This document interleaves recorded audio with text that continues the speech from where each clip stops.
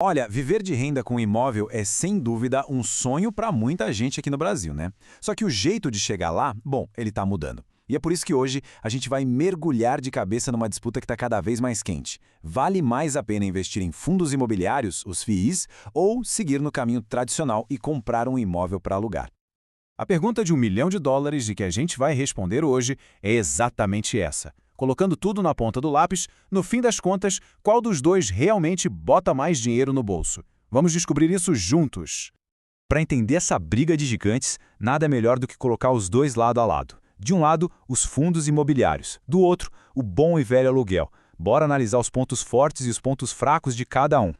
Em termos de conceito, a diferença já é gritante. Nos FIIs, o investimento é em cotas, que são negociadas na bolsa. Isso quer dizer o quê? Liquidez altíssima e uma gestão feita por profissionais. Já o imóvel físico? Bem, aí a história é outra. Um processo de compra que se arrasta, toda aquela burocracia com o inquilino e o risco de o imóvel ficar lá parado, sem gerar um centavo. E tem um detalhe crucial, a tributação. O aluguel pode levar uma mordida de até 27,5% do imposto de renda. Já os dividendos dos FIIs, isentos para a pessoa física. E agora a prova de fogo. O que os números dizem na prática? Pega só essa simulação, com um investimento de R$ 300 mil. É revelador. O rendimento líquido em 3 anos, para quem foi para os FIIs, quase R$ 70 mil. E para quem comprou o apartamento, puxa, só 8.500. É uma diferença assim gigantesca. E o motivo principal são os impostos pesados sobre o aluguel e todos aqueles custos que vêm junto com o imóvel, sabe? ITBI, que é o imposto de transmissão, reforma, são custos que no mundo dos FIIs simplesmente não entram na conta. E este gráfico aqui resume tudo de forma brilhante. Contra fatos, não há argumentos, né? O retorno médio dos fundos imobiliários, que a gente mede pelo IFIX, o principal índice do setor, tem sido consistentemente maior que o retorno médio dos aluguéis comerciais. E não é só sobre o retorno, viu? Os FIIs trazem um pacote de vantagens práticas. A isenção do imposto de renda sobre os rendimentos já é um baita atrativo. Some a isso a facilidade de comprar e vender as cotas, a diversificação imediata em vários imóveis e, claro, não ter que lidar com nenhuma daquelas dores de cabeça de ser proprietário. Essa acessibilidade é o que muda o jogo completamente. Ela permite que qualquer pessoa com pouco dinheiro possa ser sócia de grandes empreendimentos imobiliários, como shoppings ou galpões logísticos, tudo isso usando um aplicativo no celular. Beleza?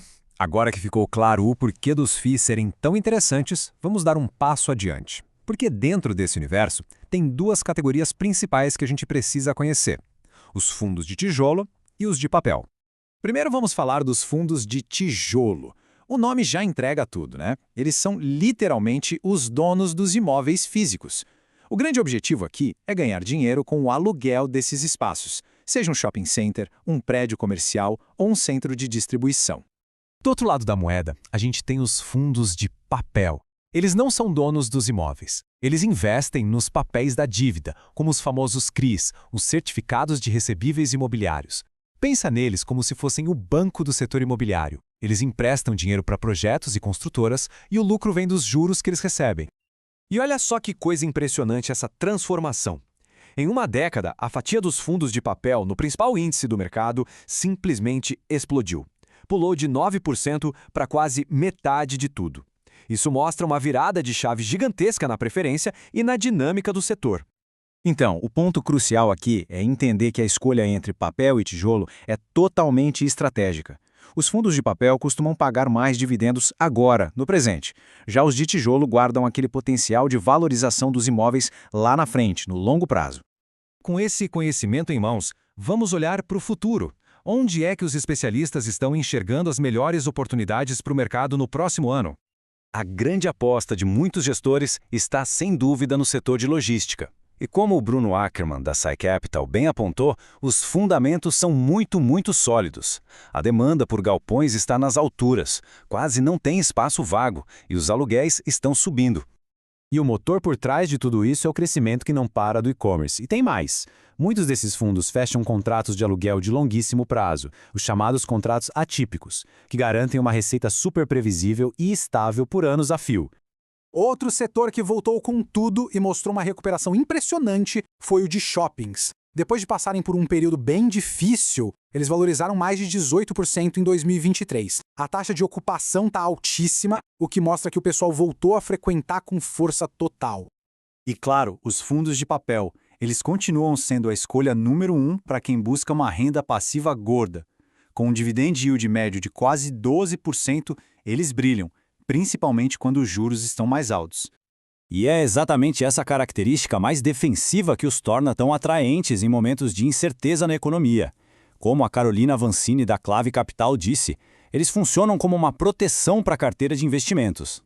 Certo. Então, juntando todas essas peças do quebra-cabeça, qual é a grande lição para quem já investe ou está pensando em entrar no mercado imobiliário? A grande conclusão aqui não é que um vai substituir o outro, a questão é enxergar os FIIs como uma evolução, uma ferramenta moderna, muito mais eficiente para ter exposição ao setor imobiliário, com vantagens que, sinceramente, o imóvel físico simplesmente não consegue entregar. E tudo isso nos leva a uma reflexão final bem estratégica. Mais do que uma simples comparação, a pergunta que realmente importa é: como é que os fundos imobiliários, com toda essa diversidade e acessibilidade, podem se encaixar e fortalecer uma estratégia de investimentos? A resposta para essa pergunta pode, de verdade, definir o futuro de uma jornada de construção de patrimônio.